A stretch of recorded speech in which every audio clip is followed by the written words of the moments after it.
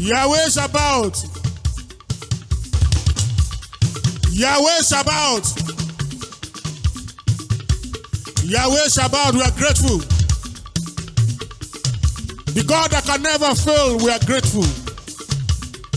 Pastor Nathaniel Bassi, God bless you. The Lord will keep you pure. The Lord will keep you for this generation, for this song. The only God that cannot be insulted that sits on the throne, we are grateful. In spite of everything that is happening around us, you are still very faithful to us. Despite our unfaithfulness, you are still very faithful. Ọlọ́run tí kì í yí ìpinnu rẹ̀ padà. Ọlọ́run tí kì í bẹ̀ ẹ̀ṣẹ̀ wò lára wa. Ọlọ́run tó ń dáríjì wá ní ìgbà gbogbo. Nítorí pé orí ọ̀fẹ́ ṣá ni ìgbẹ́kẹ̀lé wa, Jésù kú fún aráyé, ó kú fún wa pẹ̀lú. Lord, we return all the glory, honor, adoration back to you, for you are God. Thank you for what you have been doing, what you are set to do, what you will continue to do today. We give you all the glory, we give you all the honor. You are God. We surrender our totality to you. Our being, everybody that is here and everybody listening to us on the internet, on radio, on television. We render everything we have to you, oh Lord. Thank you for your faithfulness. As old as you are, you've never changed. You can never change, you will never change. As we go, Ancient of Days, go with us. Galatians 6:17 says, from this time henceforth, let no one trouble us, for we bear in our body the marks of the Lord Jesus Christ. Àmì máa fọwọ́ kọ́mọ mi kó máa bá wa lọ lórúkọ Jésù. Yahweh Shabbat, Yahweh Shabbat, Yahweh Shabbat. Orin yẹn máa ń wú mi lórí. Ẹ ṣé o.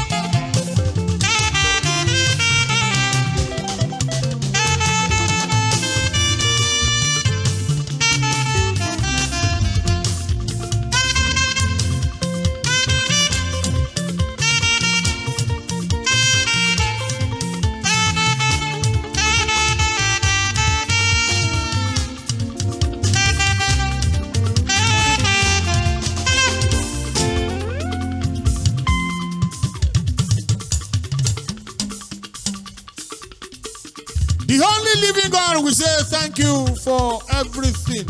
Hey, Mobo. Ayérayé ní gbogbo ẹ̀yin tí ẹ ní àìsàn ní àgọ́ ara tẹ́tí wá fi ìrònú pẹ̀lú ẹ̀. Sátánì wá ń lò yẹn láti fi da ayé yín rú. Olóhùn fẹ́ tú yín sílẹ̀ lónìí. Olóhùn fẹ́ tú yín sílẹ̀ báyìí.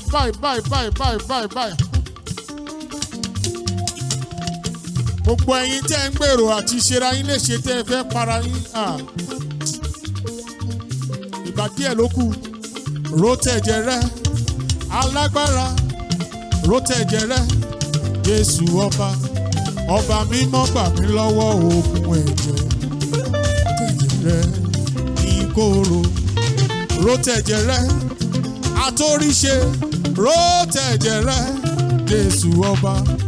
Ọba mímọ́ gbà mí lọ́wọ́ ogun ẹ̀jẹ̀. Tẹ̀jẹ̀ rẹ ní kóró. Ẹ wálé. That woman, you are contemplating of committing suicide. Don't do that. Ìyà ayérayé ló fẹ́ náwó gan yẹn. Don't do that. You will suffer eternity if you kill yourself. In his own time, he makes everything beautiful. Hold on.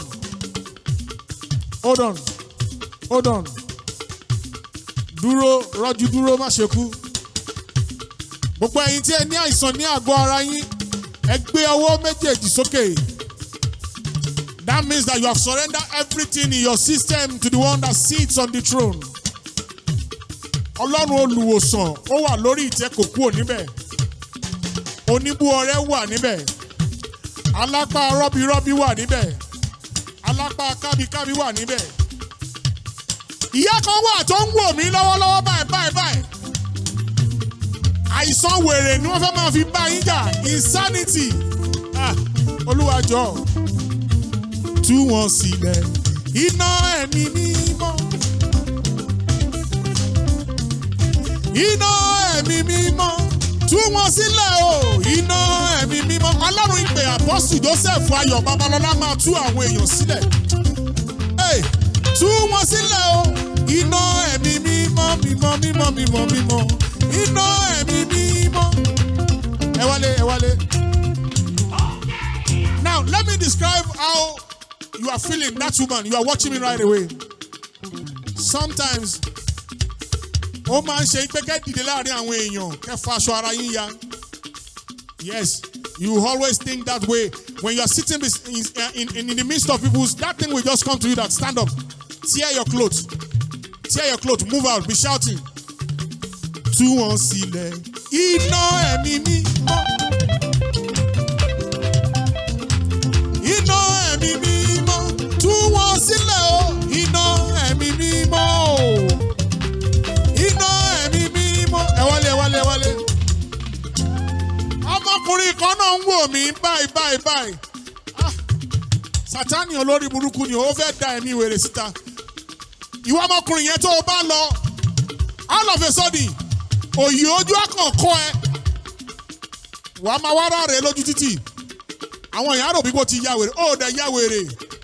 Sátánì ló fẹ́ gbin irúgbìn insanity sí inú ayé.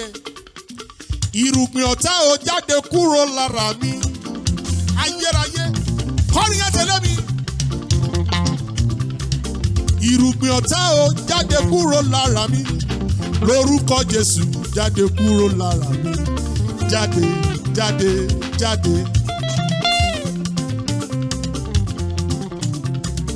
Irúgbìn ọ̀tá o jáde kúrò lára mi. Irúgbìn ọ̀tá o jáde kúrò lára mi. Lórúkọ Jésù jáde kúrò lára mi. Jáde. Ẹ̀yin àgbààgbà ọ̀run ẹ dìde. Ẹ̀yin àgbààgbà ọ̀run ẹ dìde. Ẹ̀yin àgbààgbà mẹ́rìnlélógún òde ọ̀run ẹ dìde. Ẹ wá bá wa ṣe. Ẹ wálé. A fẹ́ yan Ọlọ́run alààyè ni ṣùgbọ́n Ọlọ́run gbéṣẹ́ wòlíì wá. Ìwòsàn máa pọ̀ gan lónìí. There will be a lot of healings today. The Holy One of Israel is ready to heal people today. Just follow us. Thank you, Ancient of Days. Ohun tí ẹ ti ṣe níwọ̀n bá tá a bẹ̀rẹ̀ yìí, èṣù ẹ̀ṣẹ̀ ò ní dá padà mọ́ lórúkọ Jésù. Everything you have done since we started, the sin, the arch enemy will not bring it back to the lives of people that you have healed in the name of the Lord Jesus Christ. You are welcome to AlujoHymn Vision with Segun Oluwayomi. Lord, we are grateful. Okay, we are going to our social media straight. As you are dancing, as you are making your request, healing is taking place in your life. The Holy One of Israel is doing that which Him alone can do. Kí ló ń ṣẹlẹ̀ lórí Facebook, TikTok, YouTube, Instagram? Ọlámi Ọ̀kẹ́ àti Adékọ̀yà Ọláyínká, èmi ìbálẹ́gbẹ̀rún ahọ́n.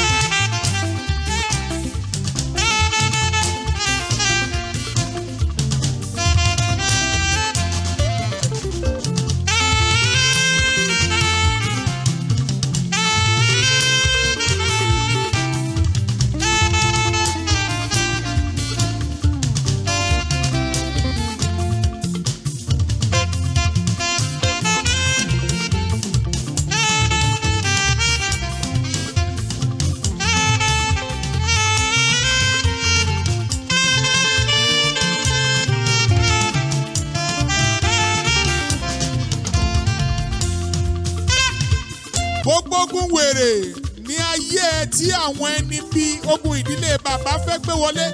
Ayérayé nínú ọ̀run, ẹ̀mí mímọ́, ẹ̀mí inú àwọn wòlíì lè jáde báyìí.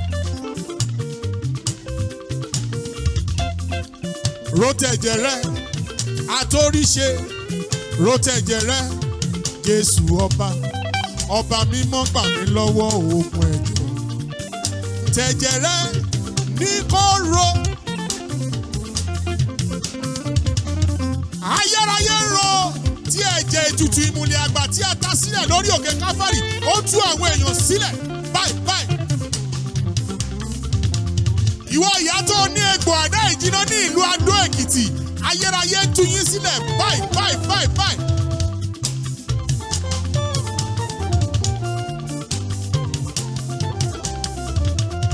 Gbogbo ẹ̀yin tí ẹ ní diabetes, ayérayé pààrọ̀ ẹ̀yà ara yín báyìí lórúkọ Jésù. Ọlọ́run ìpè Apostle Joseph Ayọ̀ Babalọ́lá. Ẹ̀mí mímọ́ Ọlọ́run ẹ máa kú iṣẹ́.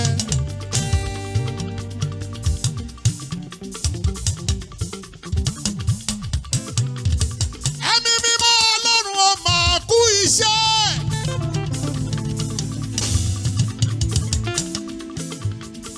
Ẹ̀mí mímọ́ Ọlọ́run ó máa kú iṣẹ́ òye. Ó kú àgbálẹ̀ mi. Ẹ̀mí mímọ́ Ọlọ́run alààyè, ó kú àgbálẹ̀ àwọn èèyàn tó ń tú sílẹ̀ báyìí. Ayé àwọn ẹni bí ti fọ́. Ó ṣe gbẹ̀ngà.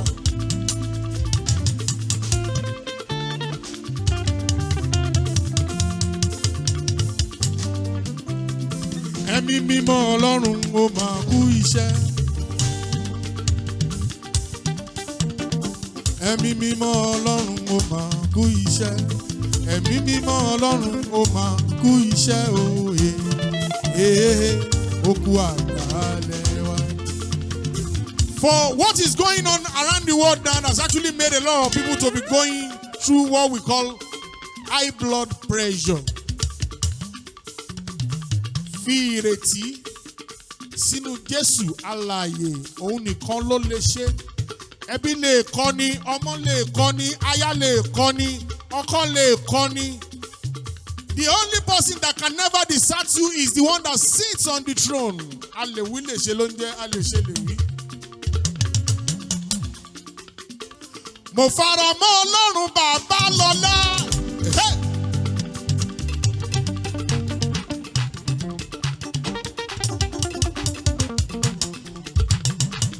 Mo fara mọ́ Ọlọ́run àpọ́stélì. Ọ̀nà ìyè yìí yẹ mí o, mo fara mọ́ Ọlọ́run bàbá lọ́lá. Ẹ̀yin ará social media Facebook ẹ má bínú o, iṣẹ́ wòlíì ló tì mí wọlé lónìí. Agbára Ọlọ́run pọ̀, agbára Ọlọ́run pọ̀, ó lànà sórí òkun, ó wọ́dì Jẹ́ríkò. Ẹ̀mí àwọn wòlíì ayérayé tó ń gbébi gíga, tó ń jẹ mímọ́, tó ń wọ mímọ́, ẹlẹ́bùrú ìkẹ́, gbanibani tí gbogbo ènìyàn ń sáyà wúwo má ṣe é gbé. Ẹ̀mí mímọ́ ẹ ṣé o, ẹ̀mí àwọn wòlíì. Ìwọ ló ń gbógun fọ́lẹ̀ tiwa, ẹ̀mí mímọ́ ẹ ṣé àmọ́ kankan. Ẹ wálé, ẹ wálé, ẹ wálé. Olúwa ṣé.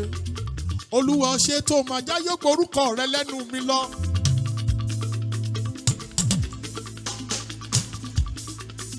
Olúwa ṣé o tó máa já yóò sọ mí di dàkúdà. Olúwa ṣé o tó máa já yóò gba àlàáfíà mi lọ. Gbogbo ẹ̀yin tẹ́ ń wò mí, tẹ́ ń gbọ́ mi, ayé ò ní gba àlàáfíà yín lọ lórúkọ Jésù. And that is why you need to be praising God at all times. No matter what you are going through, you need to be praising God. I could remember 2011 when my doctor said, Segun, you won't play sax again. I just remember Lamentation 3:37. Who is he that said it and he cometh to pass where God has not commanded me? I don't want to know the report they're giving you in any of the hospitals. Rise up and praise the only living God. Kí ló ṣẹlẹ̀ lórí Facebook, YouTube, TikTok. Antonio Oluwaseyi.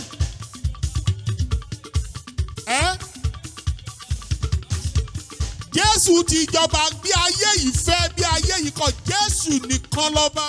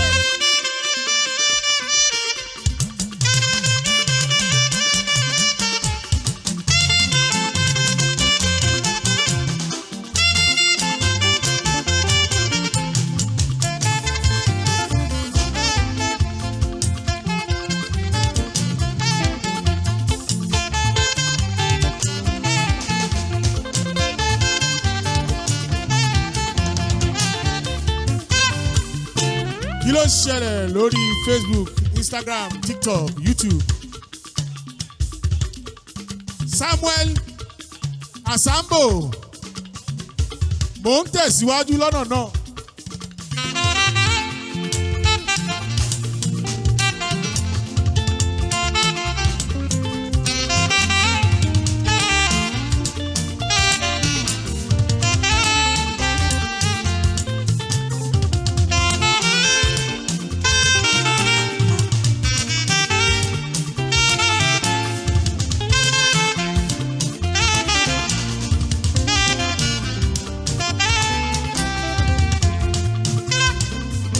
Kí ló ṣẹlẹ̀ lórí social media platforms?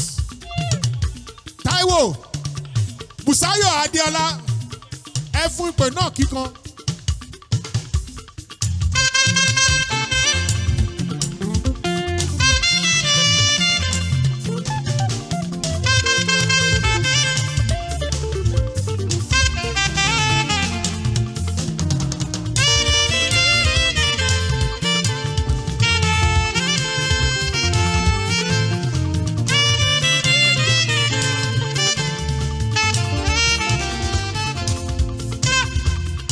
ló tún ṣẹlẹ̀ lórí Facebook, TikTok, Instagram, YouTube?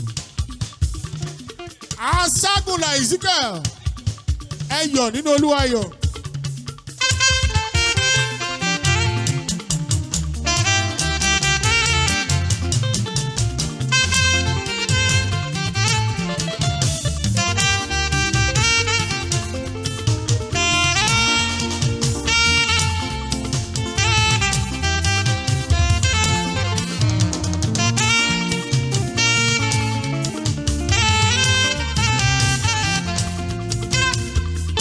Kí ló tún ṣẹlẹ̀ lórí social media? Adésínà Kẹ́mi, Adéṣíyàn Kẹ́mi, àìgbàgbọ́ bìlà tèmi lolúwa.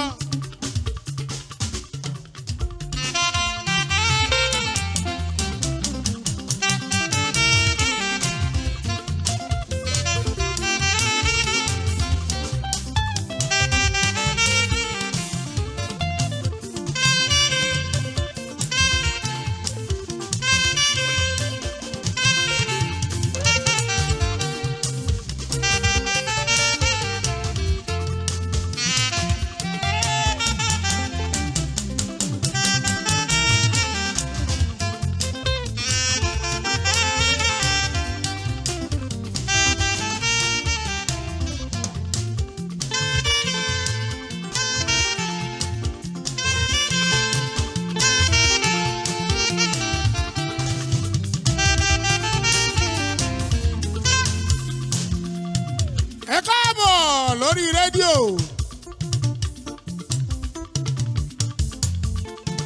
Ẹ káàbọ̀ gbogbo ẹ̀yin tẹ́ ń gbọ́ wa nílé lóko lódò. Ẹ jẹ́ ká jọ yin Ọlọ́run yìí. Àrí ìró àlá, òpábídà sọ́bídíré. Òjì kan olùkọ́pá òpà kan wò kọ́yè abẹ́tílu kára bí ajere. Akọ́dá ohun títí ń bẹ ni aṣẹ̀dá ohun tí ò sí mọ́. Ẹlẹ́rù nìyí ni ọba tó lè jí tó lè pa. Iṣẹ́ ìwòsàn máa pọ̀ gan bó ṣe ń gbọ́ mi tó ń jó sí Ọlọ́run alààyè. Òun nìkan ló ń ṣe, òun nìkan ló lè ṣe. Gbé ọwọ́ méjèèjì sókè kó máa bẹ̀rẹ̀ sí yọ̀. O tún rí òní. Ó máa ṣe Ọlọ́run ayọ̀. Ó máa ṣe Ọlọ́run ayọ̀. Ó fọ̀nà àdúrà hàn mí, ó dá mi lọ́lá. Ó máa ṣe Ọlọ́run ayọ̀. Ó máa ṣe Ọlọ́run ayọ̀. Ó fọ̀nà àdúrà hàn mí, ó dá mi lọ́lá. Ẹ káàbọ̀ sí orí ètò AlujoHymn Vision pẹ̀lú Segun Oluwayomi. Kí ló ń ṣẹlẹ̀ lórí rédíò lórí Orísun? Dayọ̀ Bùsáyọ̀ Akínọlá Adéọlá Bùsáyọ̀ Adéọlá. Nínú ìrìn àjò mi bẹ́ẹ̀ ni.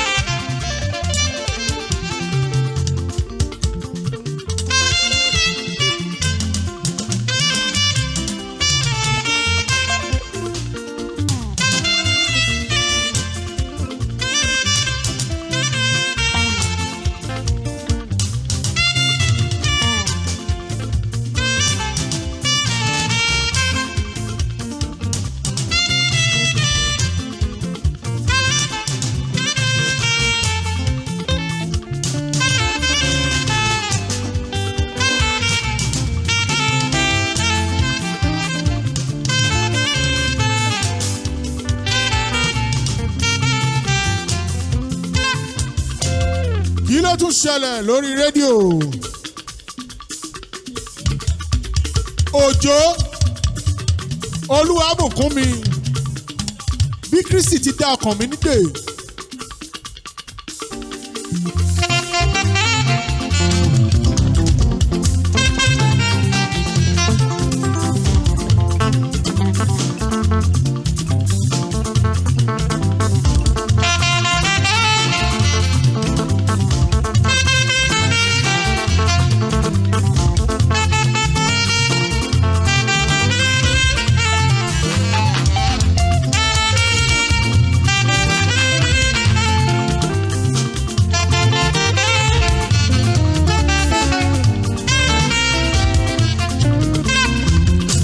Kí ló tún ṣẹlẹ̀ lórí rédíò?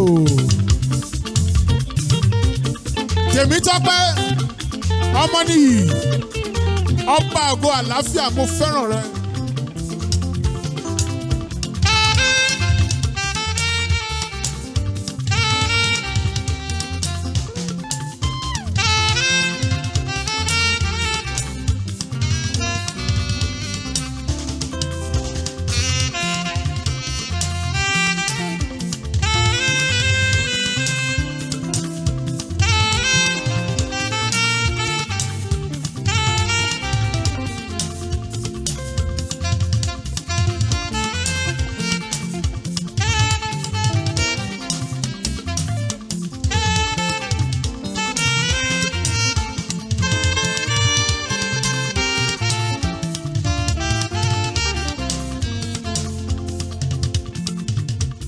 Kí ló tún ṣẹlẹ̀ lórí rédíò?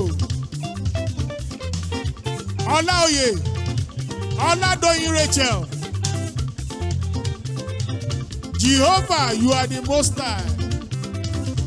Ìgbà tó bá tẹ́ wá lọ́rùn.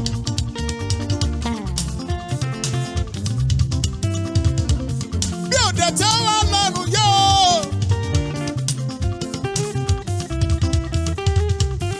Ìgbà tó bá ká wa lára o.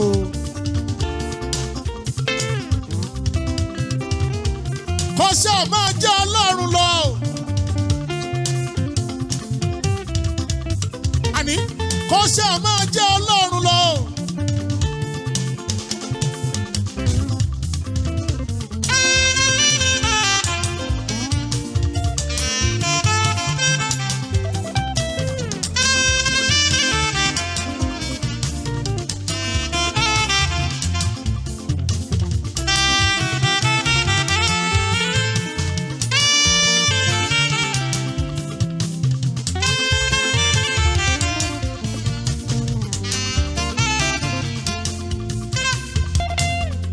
Kí ló tún ṣẹlẹ̀ lórí Facebook? Lórí rédíò Káyọ̀dé Ọpẹ́yẹmí. Ọjọ́ ńlá lọ́jọ́ tí mo yàn.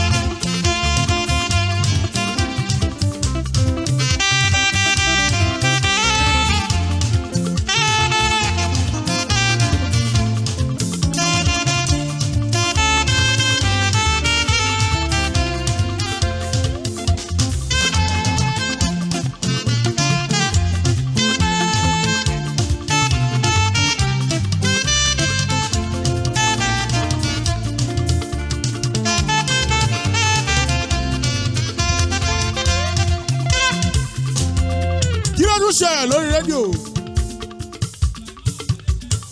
Sulaiman Adéṣẹ́gun àti Mariam onídùúró mi ẹ ṣeun.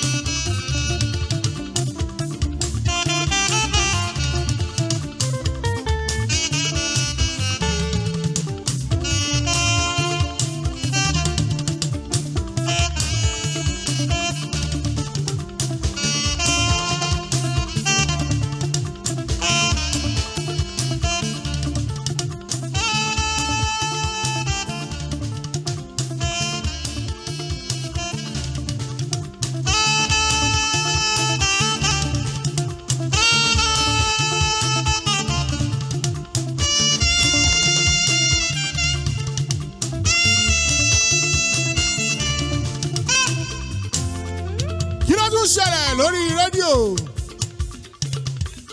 Fáṣẹ̀hùn Esther olórí ìjọ tọ̀run.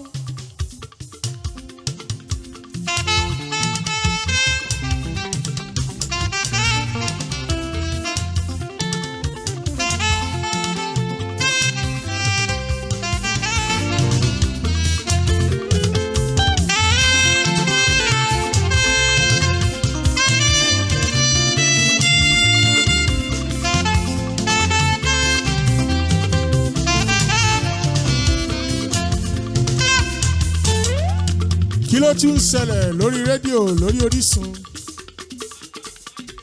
Anna Michael, bí gbogbo ayé bá dìtẹ̀ mọ́ ẹ tó bá ti ní Ọlọ́run alààyè lẹ́yìn ẹ kò sí nǹkan kan tó máa ṣẹlẹ̀. Ayọ̀ lùlù ìmọ̀ràn ta ni.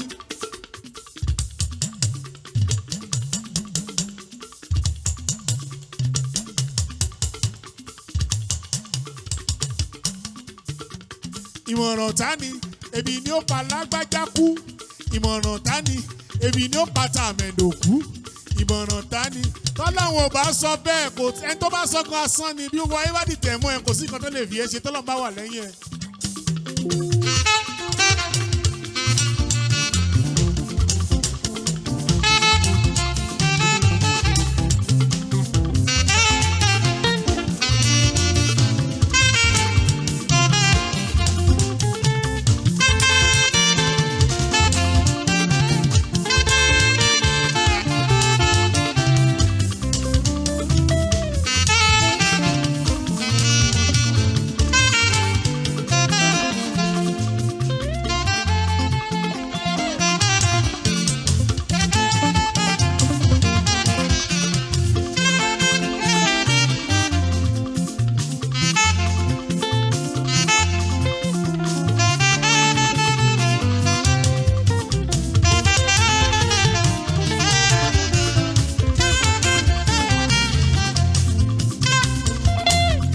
Kí ló tún ṣẹlẹ̀ lórí àwọn rédíò?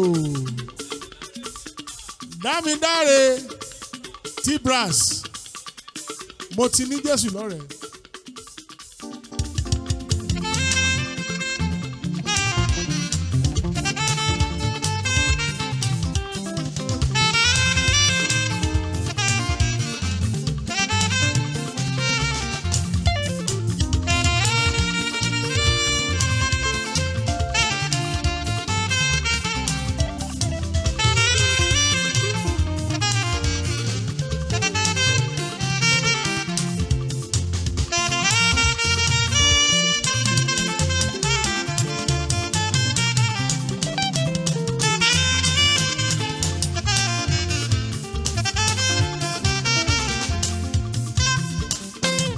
Kí ló tún ṣẹlẹ̀ lórí rédíò? Alonga Adéwuyì, ẹ ṣeun o bàbá, bẹ́ẹ̀ ni ayérayé ń ṣe.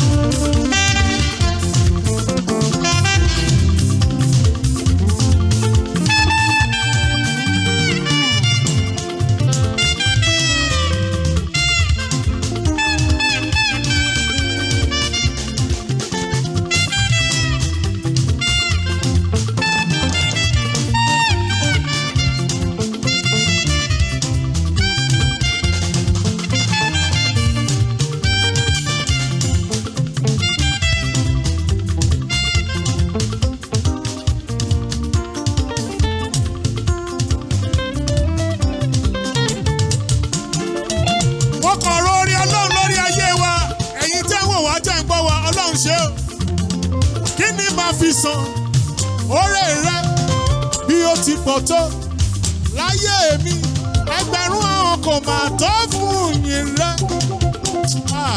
O ṣe o kí ló tún ṣẹlẹ̀ lórí rédíò.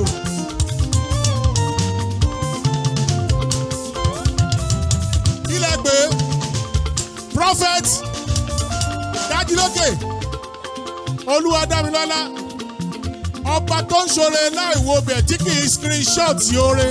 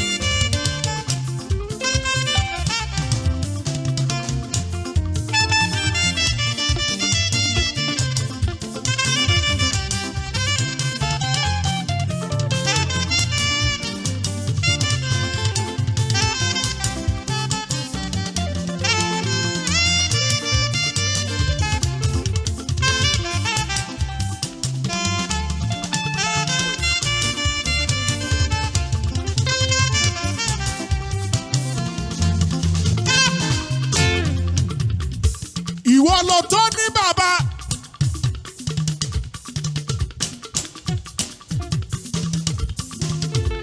Ìwọ nìkan ló tó ní bàbá.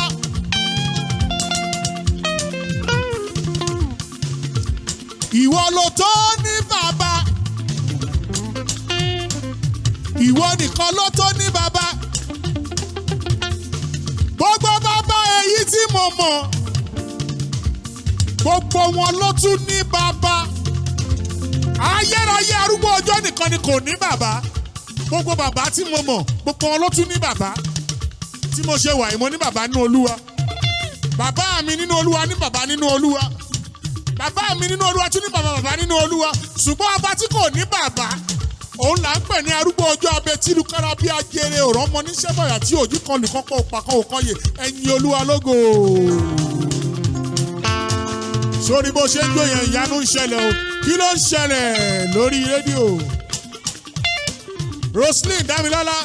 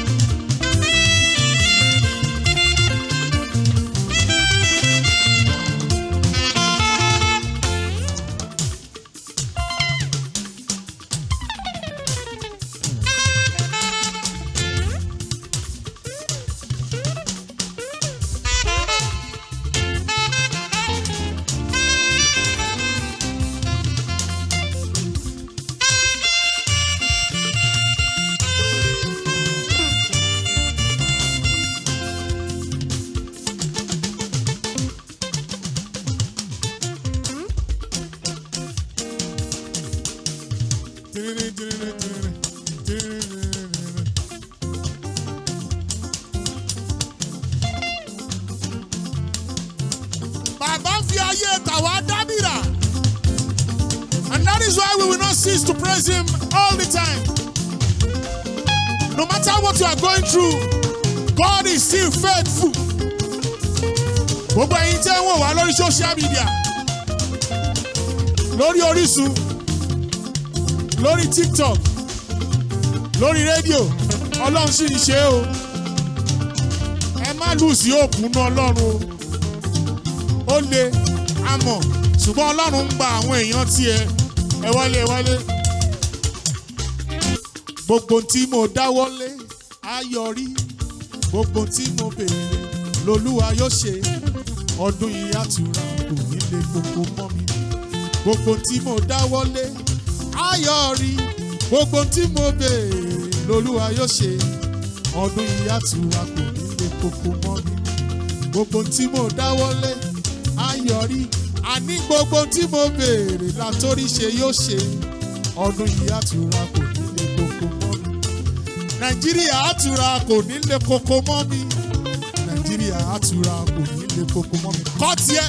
Nàìjíríà àtúrà kò ní lè koko mọ́ mi. Nàìjíríà àtúrà kò ní lè koko mọ́ mi. Gbogbo tí mo dáwọ́lé á yọrí. Gbogbo tí mo béèrè l'Olúwa yóò ṣe. Nàìjíríà àtúrà kò ní lè koko mọ́ mi. Àyàn bó ṣe lè tó yìí mo sì rẹ́ni tó ra lẹ̀ 75 million ní last 2 weeks kò lórí méjì. Nàìjíríà tura kò ní lè koko mọ́ mi. Nàìjíríà tura kò ní lè koko mọ́ mi. Gbogbo tí mo dáwọ́lé ayọ̀rí. Gbogbo tí mo béèrè lolúwa yóò ṣe. Nàìjíríà tura kò ní lè koko mọ́ mi. Adá ọpẹ́ padà sọ́dọ̀ ẹni tó lọ́pẹ́. Adá ọpẹ́ padà sọ́dọ̀ ẹni tó lọ́pẹ́. Adá ọpẹ́ padà sọ́dọ̀ ẹni tó lọ́pẹ́ o. Àwa wá dá ọpẹ́ padà sọ́dọ̀ ẹni tó lọ́pẹ́. Thank you for joining us this week. See you next week by God's grace. Ẹ ṣé o. Ó dàbọ̀.